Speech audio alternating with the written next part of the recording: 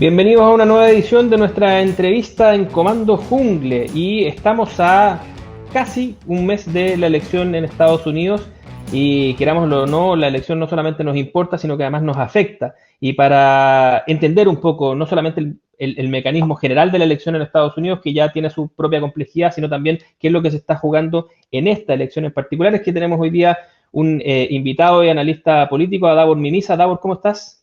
Hola, ¿qué tal? ¿Cómo estás? Muy bien. Oye, Davor además es colega porque es conductor de un podcast amigo, ¿cierto? Democracia en LSD, desde donde analizan cada semana varios tópicos de la agenda política local e internacional. Pero tienes esta condición de ser alguno de los expertos o conocedores del sistema electoral norteamericano y de las elecciones en general, así que en esa calidad quiero conversar contigo, Davor. Partamos de lo más elemental. Siempre se dice, ¿cierto?, que la elección de los Estados Unidos es una elección indirecta, que por lo tanto no necesariamente quien tiene más votos es el que gana. Explícanos un poquitito cuál es el mecanismo electoral de Estados Unidos para situarnos en la conversación. A ver, primero, Estados Unidos es un país federal y su sistema electoral es profundamente descentralizado. Creo que esa es la principal característica que tiene.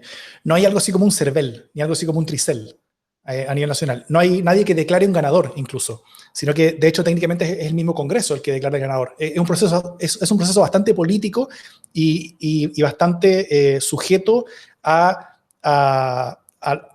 a las decisiones de muchos personajes o autoridades que están en toda la cadena de mando, desde el distrito donde se hace la votación hasta el Estado y después hasta cómo el Estado informa al Congreso. Y eso es bien particular para esta elección, que vamos a hablar un poco más rato después de eso. En el caso de la elección presidencial, el sistema funciona bajo un sistema de colegio electoral, que es más o menos parecido a como Chile tenía sus elecciones antes de 1872, más o menos.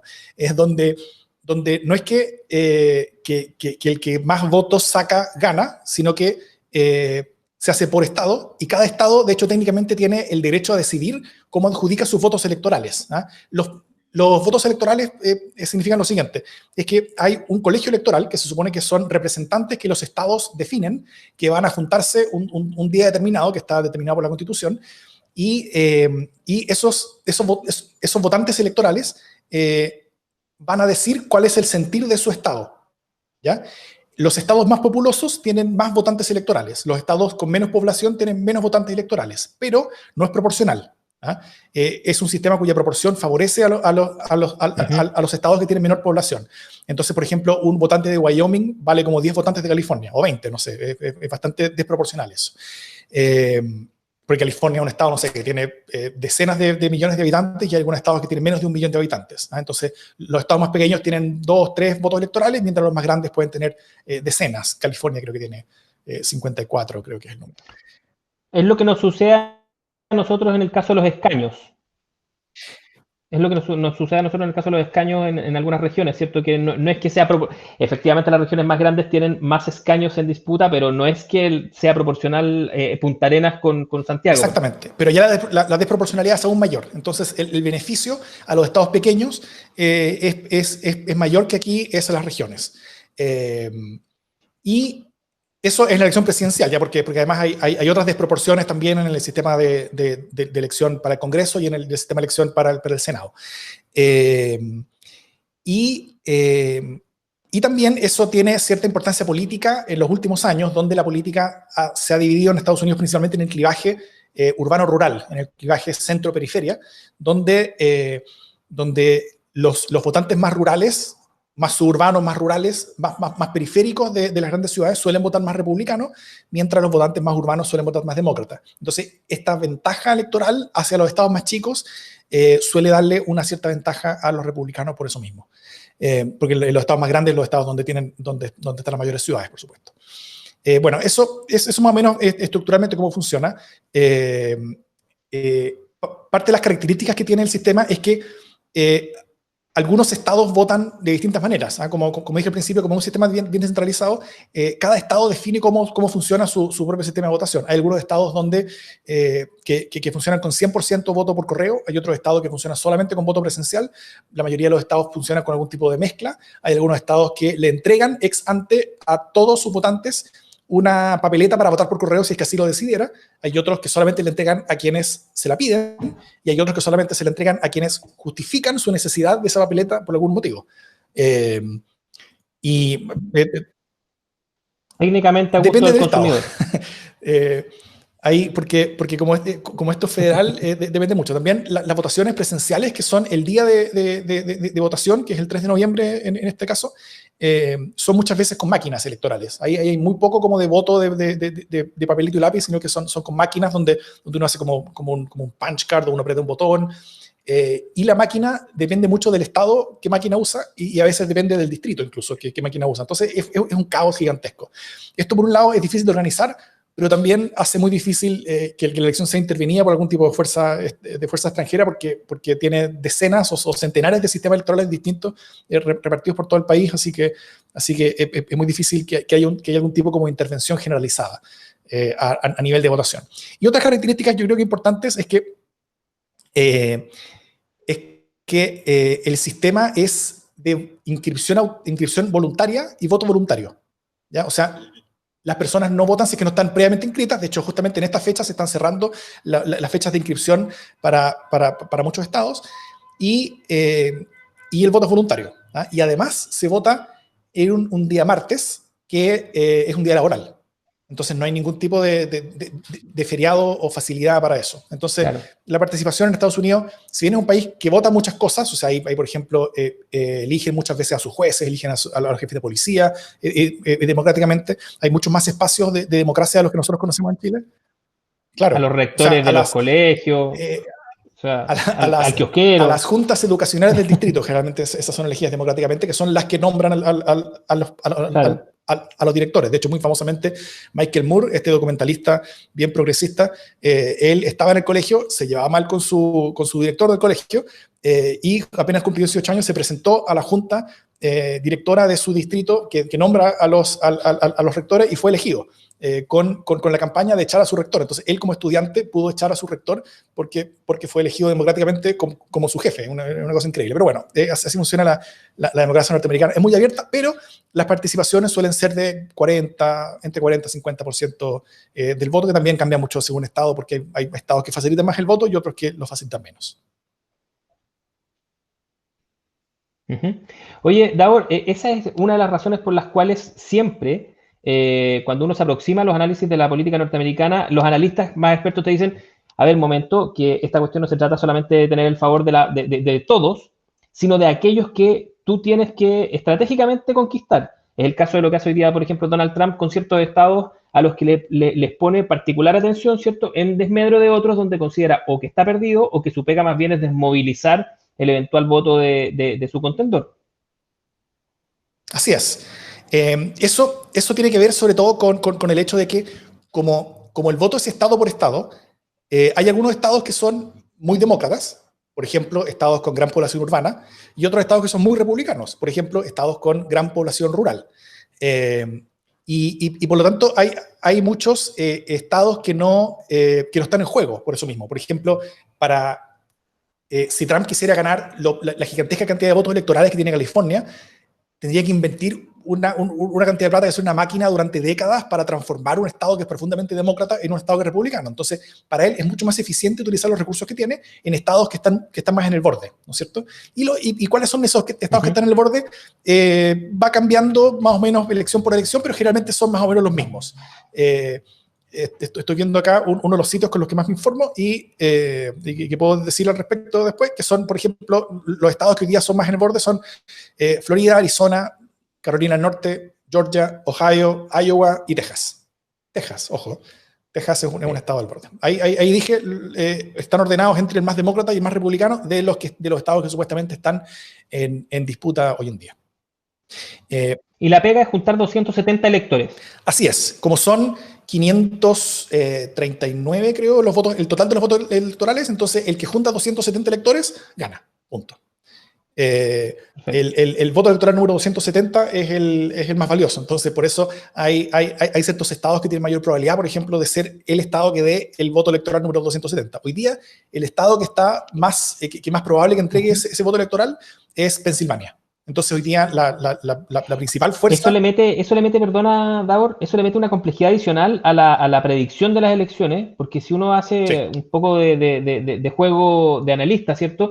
Nosotros acá decimos, el 60% de las personas dice que quiere votar por X, y lo que más puedes hacer, ¿cierto?, es tratar de dirimir si esa persona que manifestó opinión va a votar o no va a votar, ¿cierto?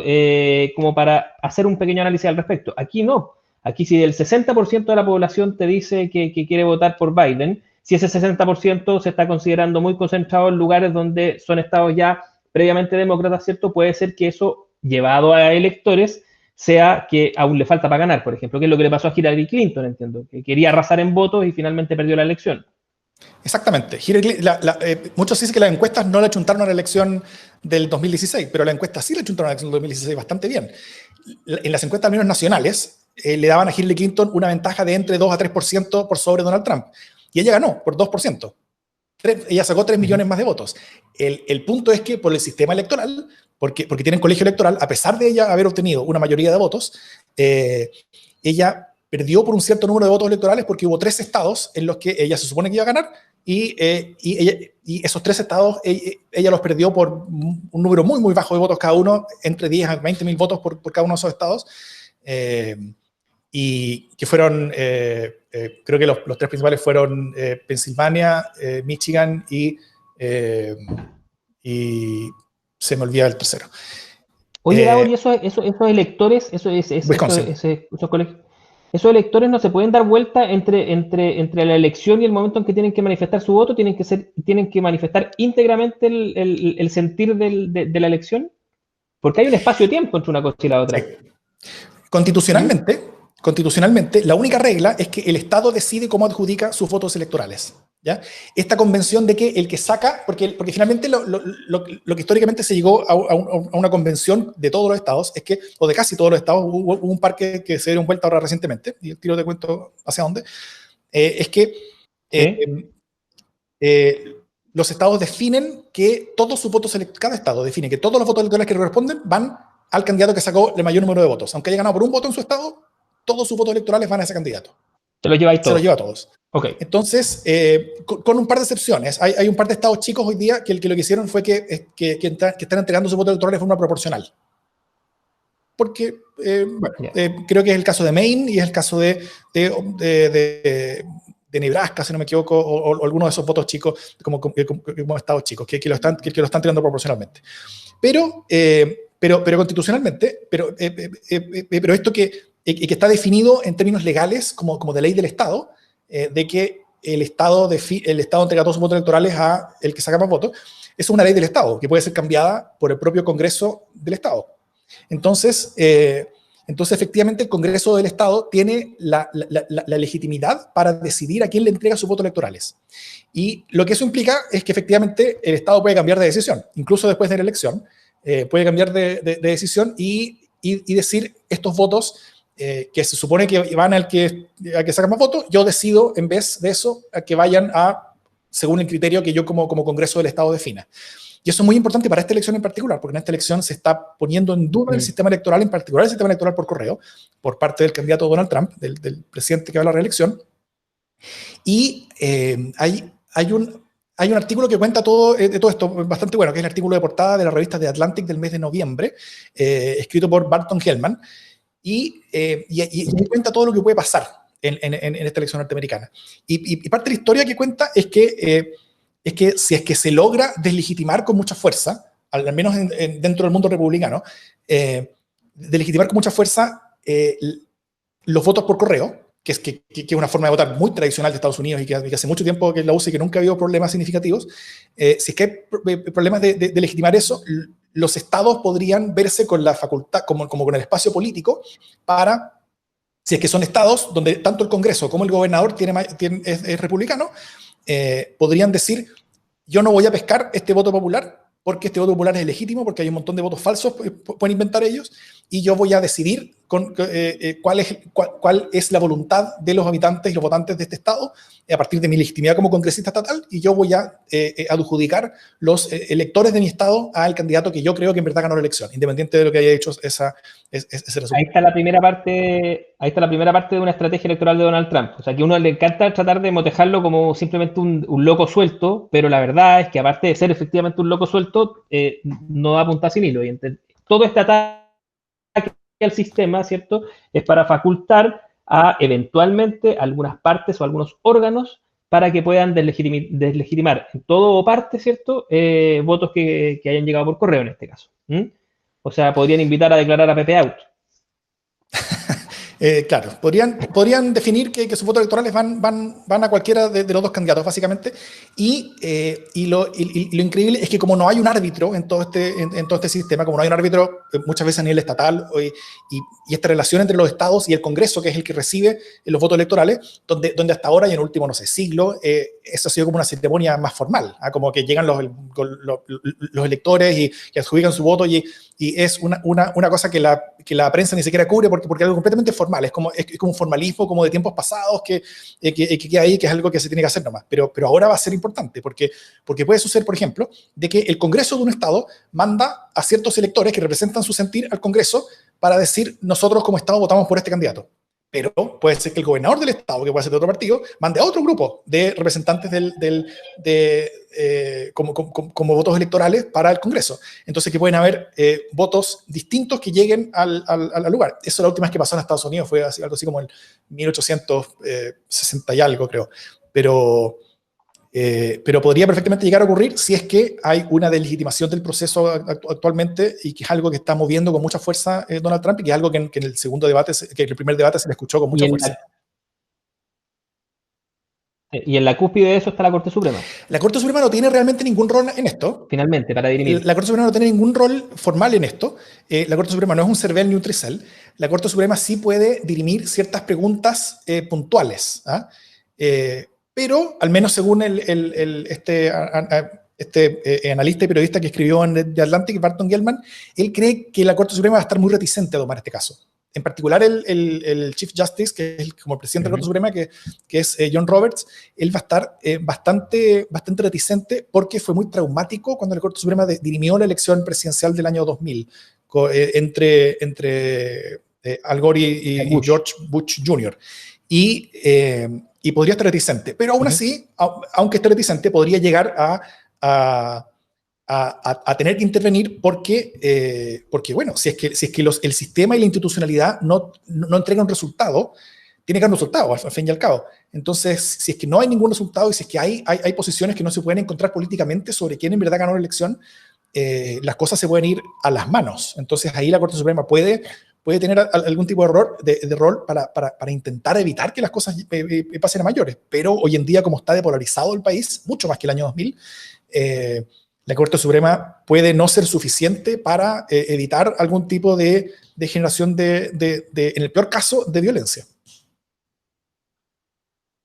Y no se ve al presidente en ejercicio con intención de bajarle el nivel de conflictividad a esa polarización. Al contrario, permanentemente, semana a semana, le echa otro leño a ese fuego. Así que efectivamente puede llegar a ser una cuestión bien complicada. Oye, entremos entonces un poquitito en esta elección en particular, que tiene todas las condicionantes que tú revisaste, ¿cierto? Pero que además tiene a un presidente que bajo casi cualquier pronóstico debiese perder esta elección, y sin embargo, ¿cierto? Está jugando con fuego en cada una de las apariciones que tiene, y ahora le suma, ¿cierto?, el hecho de que después de un debate particularmente, yo lo vi con ustedes además, el debate, que lo transmitieron en vivo, un debate particularmente sucio, bueno, tiene COVID-19, ¿cierto? Y incluso podrían peligrar los próximos debates, ¿no?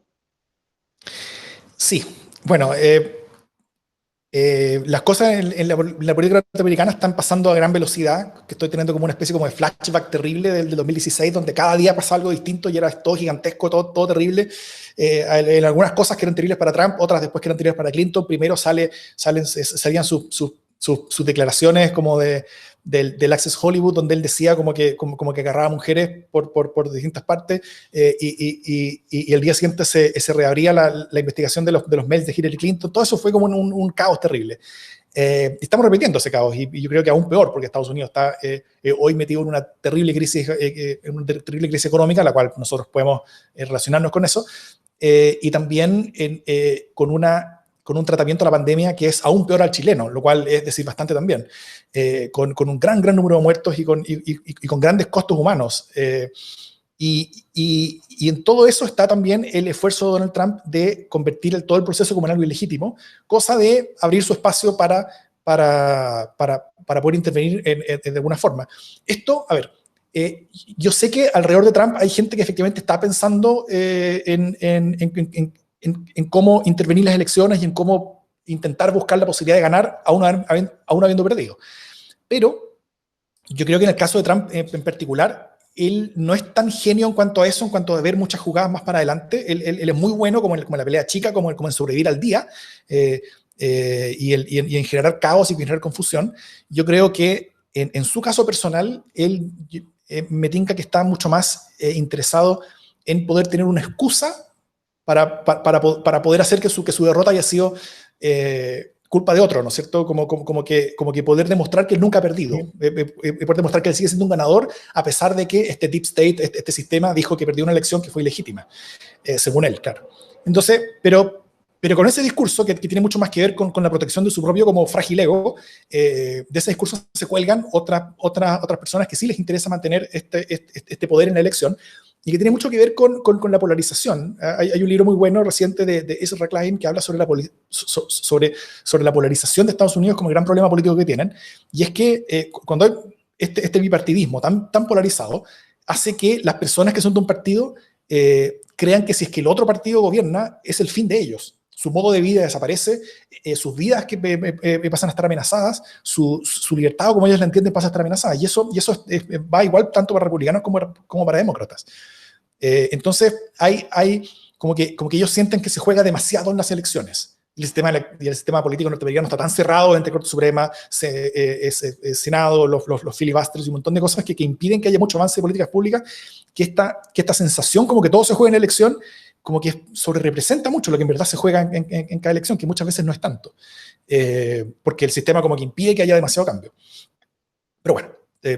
No, de hecho, nos suele afectar mucho más a nosotros los que estamos en la periferia de Estados Unidos que a los propios norteamericanos. O sea, las decisiones del presidente son bastante ejecutivas en lo que tiene que ver con las relaciones internacionales, con las invasiones, sí, con desafectar Alaska, suma y sigue, digamos. Ahí sí se sienten y ahí son mucho más ejecutivas que lo que pueden hacer internamente. Sí, yo lo que diría es que durante mucho tiempo, cuando nosotros nos criamos, cuando éramos niños, siempre se decía que todos debíamos votar en la elección de Estados Unidos porque Estados Unidos era la gran potencia mundial, ¿no es cierto? Y yo creo que había un buen punto para eso, por todo lo que tú dices. Pero hoy día hay una razón adicional, o ha cambiado la razón tal vez. Es que, por un lado, Estados Unidos ya no es la gran potencia mundial, o sea, hoy o al menos ya no es la potencia clara, como sí lo fue desde la caída del muro. No es el hegemón. Claro, él ya no es el hegemón. Es uno de los países grandes e importantes del mundo, pero Estados Unidos es probablemente la democracia como democracia más influyente del mundo. Y lo que hemos vivido en estos últimos 4 años en Estados Unidos ha sido un deterioro de las instituciones y un deterioro de la democracia en general, tanto de la democracia como institución y como cosa formal, pero también sobre todo de la cultura democrática. Todas estas instituciones como el colegio electoral, como el poder de los estados, como todo eso, tal como todas las leyes, tal como bien dice Harari, todas esas cosas son inventadas, existen mientras nosotros nos decimos a nosotros mismos que existen, y son respetadas mientras nosotros las respetemos. Y todo eso se ha deteriorado al mando de Donald Trump, en parte por el caos que él mismo ha traído, en parte por sus propias intenciones de convertirse en una especie como de dictadorzuelo, pero también en parte porque al final las instituciones están hechas por personas. Y las personas son influenciables, las personas tienen miedo de las reacciones de parte de la autoridad, y todo eso ha generado un deterioro de las instituciones muy grande, y eso ha hecho que Estados Unidos como como especie como de luz democrática del mundo, con todos los demonios que puede tener. Estados Unidos ha sido muchas cosas una influencia bastante negativa en el mundo, pero al menos en el tema de la promoción de los valores democráticos, Estados Unidos siempre fue un país donde tanto izquierda como derecha, gobernaran demócratas o republicanos, empujaban valores relativamente similares hacia el mundo. Hoy día ya no están empujando esos valores, sino que están avanzando en la dirección contraria. O sea, todo el discurso ¿para qué hablar sobre un demócrata? El discurso de Ronald Reagan sobre el rol de Estados Unidos en el mundo es exactamente lo opuesto al discurso de Donald Trump. Y lo que eso implica es que yo creo que Estados Unidos, más que ningún otro país individual, ha tenido una mano muy importante en el deterioro de los valores de la cultura democrática a nivel mundial estos últimos 4 años, y lo que nos jugamos ahora en esta elección, todo el mundo, es que ese deterioro aumente aún más si es que Donald Trump continúa, o si es que ese deterioro al menos disminuye a su velocidad, o ojalá retroceda al menos un poco si es que llega a ganar Joe Biden. Ahora, eso también se ha exportado. O sea, de hecho, no solamente como políticas concretas, sino que lo que uno le toca ver es que también acá llegan grupos que se organizan en torno a una agenda parecida, que mezcla de una manera muy particular los valores como puritanos o neopuritanos, si tú quieres, ¿cachai? Como un nuevo conservadurismo religioso, junto con cuestiones bastante autoritarias de sesgo y con ciertos nacionalismos. O sea, hay una convergencia de grupos que circulan por la región, ¿cierto? Que generan acción política y que se van conectando como con este nuevo populismo de derechas. Sí, bueno, ahí también aprovecho para pasar el aviso que dentro de mi podcast Democracia en LSD estamos haciendo un podcast especial que se llama La Ultra, donde nosotros exploramos en buena profundidad ese mundo de ultraderecha en YouTube en Chile. Y todo eso que les recomiendo verlo, creo que está bastante bueno. Y todo ese mundo es como heredero de esta como construcción cultural de la alt-right, ¿ah? que nace desde el Gamergate en torno a redes sociales y a sitios web y foros en Estados Unidos hace algunos años. Y yo creo que el fenómeno de Donald Trump, el fenómeno político al menos, es bastante tributario de eso, de este proceso como de radicalización hacia un populismo en su extremo llamado filofascista, uno podría decir. Pero claro, eso es bastante mundial, es algo que está siendo alimentado desde Rusia, es algo que está gobernando en buena parte de Hungría, es algo que tiene a Polonia bastante agarrada también, y es algo que existe en muchos otros países. Hay un cierto avance de esta ultraderecha a nivel mundial, y Trump definitivamente es parte de eso. Sí. Cualquier parecido con inicios del siglo XX es mera coincidencia. Oye, Davor, se nos va súper rápido el tiempo y no quiero dejar de preguntarte por algo como concreto, que es esta elección, como estábamos diciendo, a tu juicio y desde lo que tú comprendes del proceso, ¿dónde se va a jugar? ¿Cuáles son los elementos, las palancas claves que van a determinar o que van a intentar mover, ¿cierto?, cada una de las candidaturas en el mes que les queda de campaña? A ver, el tema principal de la elección norteamericana hoy día es Donald Trump. ¿Ya? Las elecciones de reelección de presidentes, Donald Trump es el presidente que se presenta a la reelección, normalmente son referéndums sobre su desempeño. Entonces, si las personas están convencidas de que tuvo un buen desempeño, es votado a favor, y si es que están convencidos de que tuvo un mal desempeño, generalmente se vota por la alternativa, si es que no creen que la alternativa puede ser aún peor. Políticos hábiles, como por ejemplo Obama, en su elección de reelección, él logró hacer que esa elección no fuera tanto sobre él, sino que fuera más sobre Mitt Romney, que fuera sobre su rival. Donald Trump no ha logrado eso. Él tiene una especie como de necesidad de que toda la conversación sea sobre él y que él esté siempre en la cámara y que él esté siempre protagonista, a pesar de que muchas veces su interés político va por otro lado. Entonces, él no ha logrado hacer la elección sobre Joe Biden. La elección es sobre Trump, y el tema principal sobre su gestión hoy en día es lo que a los norteamericanos hoy día más les impacta, que es el coronavirus, que es la gestión sobre el virus, que en el caso de Estados Unidos ha sido un desastre. Ahora, esto lo estamos grabando pocas horas después de que se supo que Donald Trump se había contagiado de coronavirus, y eso va a ser algo muy importante en las semanas que quedan. En el caso de Inglaterra, por ejemplo, cuando Boris Johnson fue contagiado de coronavirus, después de él también haber tenido una muy mala gestión en la cual él le bajaba la importancia al virus, su aprobación subió bastante, como 20 puntos subió, y esa subida duró como 2 meses más o menos. Si es que ese fuera el caso en Estados Unidos, tendríamos un Donald Trump que va a llegar a las elecciones en una posición mucho mayor a la actual. Pero también Boris Johnson logró esa subida porque a través de su enfermedad como que conectó su discurso y conectó su experiencia personal y pudo como abrirse y agradeció mucho a su sistema de salud, etcétera. Cosas que Donald Trump es bien poco probable que haga. Actualmente la elección está, a ver, hay no solamente encuestas, sino que lo que yo más veo en internet sobre la elección y que lo reviso todos los días son forecasts, que se llama, que son como especie son equipos de gente que intenta decir cuántas probabilidades tiene uno que otro de ganar, ¿ah? Y lo hacen con modelos bastante complejos, donde hacen muchas simulaciones y después de muchas simulaciones. Es como seguir acciones de la bolsa. Claro, básicamente. Entonces, porque decir más o menos cómo están las encuestas, eso no es tan difícil. Uno agarra todas las encuestas, las pone en un gráfico, pondera cuáles son las más creíbles versus cuáles son las menos creíbles y finalmente dice que las encuestas dicen tal cosa. Pero como la elección no es una elección de voto universal, sino que la elección pasa por estados, las encuestas de los estados clave son mucho más relevantes, si es que son de buena calidad, que las encuestas nacionales, por ejemplo, en este proceso, para calcular eso. Entonces, hay un par de sitios que yo podría recomendar, por ejemplo, el forecast de Economist, es bastante bueno, y según ese dice que a hoy, con todas las cosas que sabemos hoy día, hay una probabilidad de 98% de que Biden gane el voto popular, es decir, que saque más votos que Trump, y hay una probabilidad de 89% de que gane la elección. Otro que es un poquito menos favorable, que yo creo que es el mejor modelo, que es el de 538, de Nate Silver, dice que hoy día Biden tiene 79% de probabilidades de ganar y Trump tiene 20%.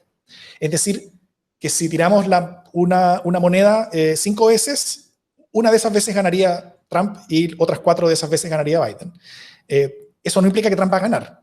Eso no implica que Trump va a ganar por 80%. Eso significa que es más probable de que Trump gane. Pero también existe una probabilidad de que es más probable que Biden gane. Pero también es que existe una probabilidad de que Trump gane. De hecho, este mismo modelo, el de 538, para el final de la elección con Hillary Clinton, decía que Trump tenía algo así como 66%, que Clinton tenía 66% de probabilidades de ganar y Trump tenía como 33% de probabilidades. Y la elección finalmente ganó Trump. O sea, se dio uno de esos escenarios que era probable que ganara Trump, uno de esos 33%.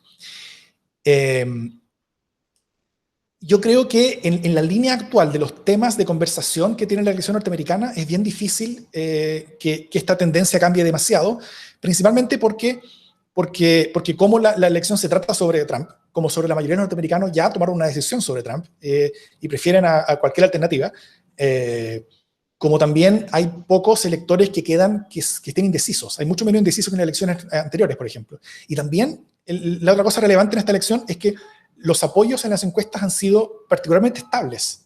En la elección del 2016 uno veía que un mes Hillary Clinton estaba como 10 puntos arriba, el mes siguiente estaba solamente 2 puntos arriba, el mes siguiente estaba 1 punto abajo, como que la cosa era sí, había una dinámica. Claro, era como una gran sinusoidal el dibujo de las encuestas. En esta son líneas rectas, así.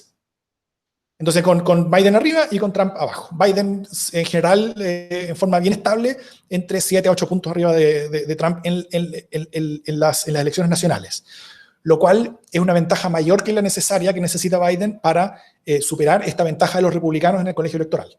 Si el resultado en el voto universal es de que Biden saca más de 7% que Trump, eso hace imposible básicamente de que Trump logre ganar a través de la ventaja que tienen los republicanos en el colegio electoral.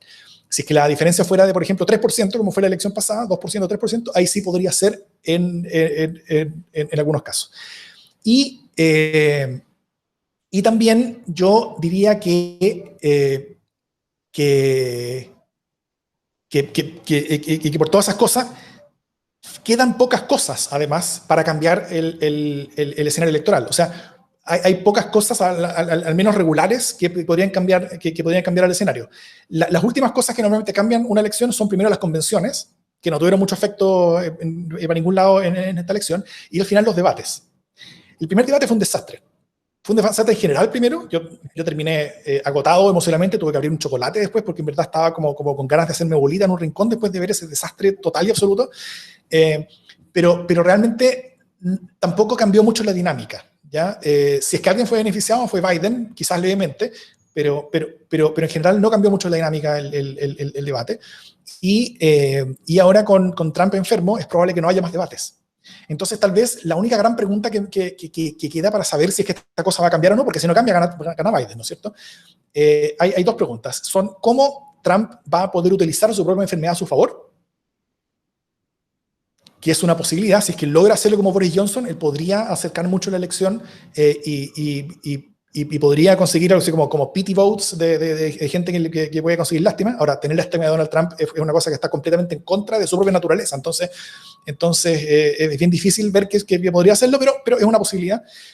Y lo otro es lo mismo que hablábamos antes, es de hasta dónde Trump y los republicanos pueden ser capaces de construir un argumento suficientemente potente como para dar vuelta a las votaciones de algunos estados, a la mala básicamente, o sea, hacer que algunos estados cambien la manera en la que ellos se representan a sí mismos en el colegio electoral, y si es que hay suficiente convencimiento en los círculos republicanos, si es que Fox News dice mucho eso, si es que los medios y cuentas de internet que siguen los republicanos ven mucho eso y logran cambiar a su propio electorado, entonces podría llegar a ocurrir algo así. Porque miremos, por ejemplo, el rol de algunos de los muchos personajes que pueden tener algún rol en la elección de Pensilvania, por ejemplo. Pensilvania hoy día es el estado tal vez el más relevante en cuanto a la elección, porque si es que la elección se ajusta más, o sea, hoy si el resultado fuera como está hoy día la elección, Biden gana más o menos tranquilo. Pero si la elección se llega a ajustar más, el estado que es más probable que llegue a cambiar el escenario, a darle la elección a uno versus al otro, sería Pensilvania hoy día, al menos según cómo están las cosas. Imaginémonos, alguien y Pensilvania actualmente, si no me equivoco, tiene un... no estoy completamente seguro si Pensilvania es. Sé que hay un par más, pero bueno. Digamos, por ejemplo, que si Pensilvania tuviera un congreso estatal republicano y un gobernador republicano. No estoy 100% seguro que sea así. Se me olvidó en el artículo, pero todo esto está bien explicado en el artículo de Atlantic.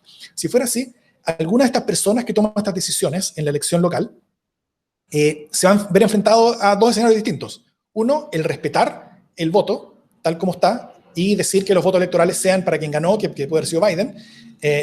Pero si es que el propio electorado republicano, esta autoridad sería una autoridad republicana, y si el propio electorado republicano está suficientemente convencido de que la elección fue ilegítima, esa persona va a ser odiada por su propia base, va a ser considerada traidora por su propia base, va a ser considerada un indeseable por su propia base. Ya no va a poder conseguir pega, no va a poder seguir teniendo carrera política, no va a poder tener nada hacia el futuro con un partido que cree que le robó la elección a su justo ganador. Es así de fuerte. O, por otro lado, el entregarle el voto a Trump, cambiando el mecanismo a pesar de que haya ganado Biden, y de esa manera quedar como una persona que básicamente robó una elección. Que amañó la elección. Claro. Entonces, claro, es una posición muy compleja para todas esas personas. Ahora, queda la incertidumbre si yo tomo todos los elementos que tú diste. Uno podría decir que un tercer escenario es que la enfermedad de Donald Trump permita que en este último mes sí se trate la elección de Biden, y ahí entonces Biden tendría que demostrar sus propias credenciales. Es decir, que si él saliera un poco de escena, necesariamente la elección la tendría que llenar su contendor, pero es un escenario abierto. Si queréis lo analizamos más adelante, porque ahora ya nos comió el tiempo. ¿Ah? Es difícil pensar eso porque o sea, el hecho de que el presidente de Estados Unidos esté enfermo es la noticia. Es la única noticia, esa. Entonces, claro, yo tengo la gran duda de cómo en los próximos días esa noticia se va a desarrollar. Creo que buena parte del hecho de si la elección vuelve a ser disputada depende de cómo esta noticia se puede desarrollar. Yo creo que esto puede ir para cualquier lado. Puede hacer la elección que sea más peleada, o puede hacer que la ventaja ya de Biden sea total y completa.